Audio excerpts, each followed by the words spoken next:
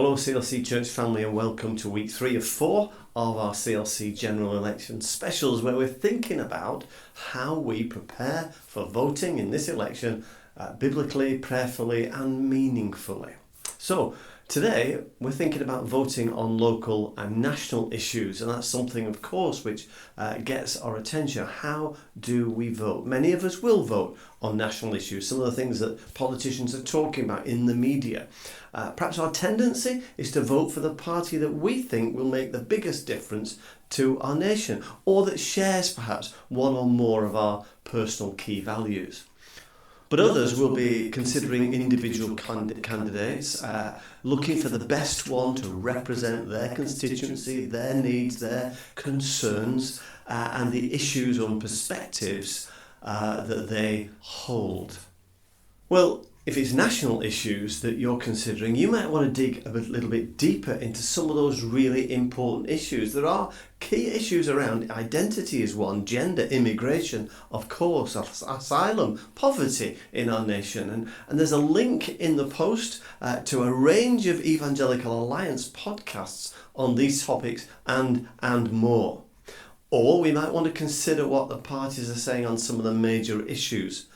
On CARE's Engage 24 website, there's some helpful analysis and some links to each of the party manifestos that have been published that you can look at in more detail, and the links to that are available on the post.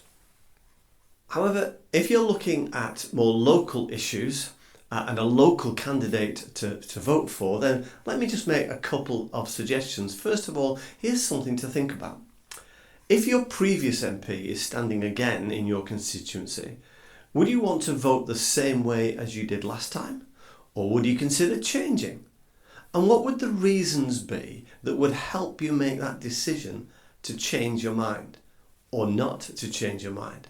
And please pray about that. Bring that to the Lord and consider that prayerfully. Secondly, find out who's standing in your constituency.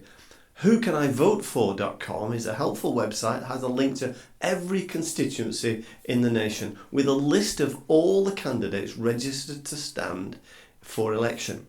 It also contains something of their histories, if they were an MP previously.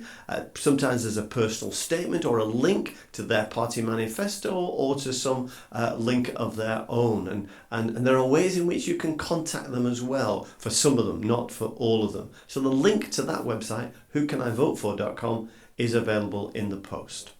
You could usefully use that link to find your local candidates and make contact with them, perhaps with an email or just send them a question. Say that you're praying for them. Say that you have certain issues that concern you and what would their response be and what is the stance of their party on certain things.